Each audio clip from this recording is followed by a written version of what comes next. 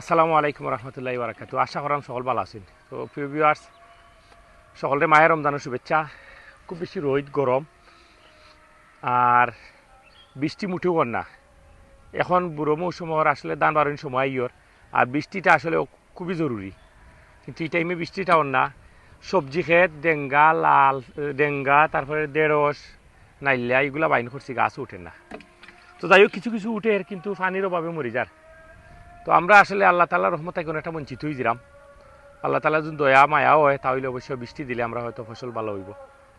তো আমরা আজকে ওদৌকা ঝর্ণা দিয়ে পানি দিলাম, আর পানি দিলাম ওদৌকা একটা দুইটা গাছ উঠছে, ও দেড়েশ গাছ।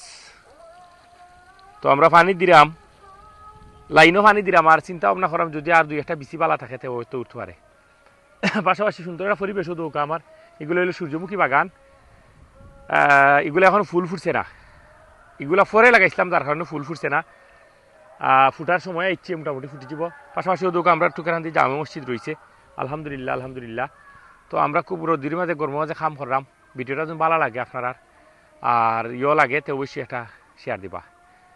দয়া করে যারা ভিডিওটা দেখবা যদি ভালো লাগে তো অবশ্যই শেয়ার দিবা।